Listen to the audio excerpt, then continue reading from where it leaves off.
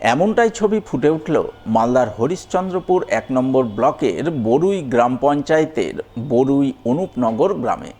জানা গেছে বরুই অনুপনগর গ্রামটি বাংলা বিহার সীমান্ত এলাকায় অবস্থিত।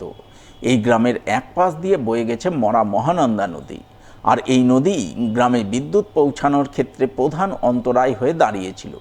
ফলে স্বাধীনতার ৭৯ বছর পরেও বরুই অনুপনগর গ্রামের বাসিন্দারা বিদ্যুৎ পরিষেবা থেকে বঞ্চিত ছিলেন।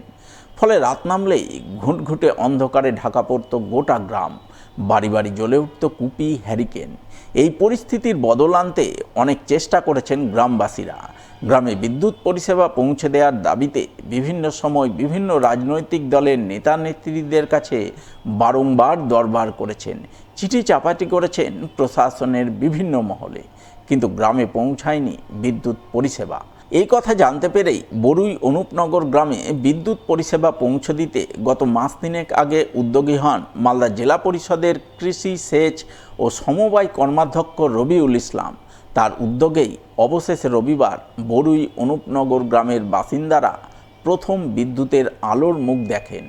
গ্রামে পৌঁছায় বিদ্যুৎ পরিষেবা, বাড়ি বাড়ি জ্বলে ওঠে বিদ্যুতের আলো। স্বভাবতই খুশির হাওয়া বয়ে যায় গোটা বরুই অনুপনগর গ্রামে। এটা চাচল বিধানসভার অন্তর্গত বরুই জিপির 45 বিধানসভা, যেটা আমাদের চাচল বরুই জিপির, এটা বরুই বুথের নদী পার অনুপনগর, মানে মরা মহানন্দা, যে আমাদের মহানন্দা নদীর এই পারটা একদম, এটা বিহার এবং বাংলা একসঙ্গে মানে যৌথ।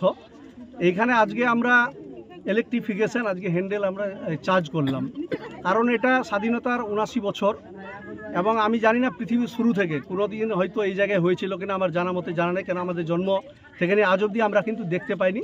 এবং মাননীয় সব থেকে আমি অশেষ ধন্যবাদ জানাবো মাননীয় জেলা শাসক আমাদের নিতিন সিংহানিয়াজি।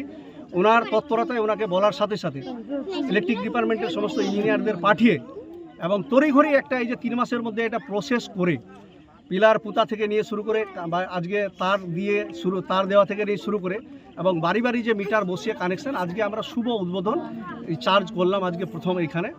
৭৯ বছর পরে স্বাধীনতার আজকে কিন্তু আজকে এই পরিবারগুলো, আজকে এখানে 200 পরিবারের মতো মানুষ আজকে কিন্তু এই বেনিফিটটা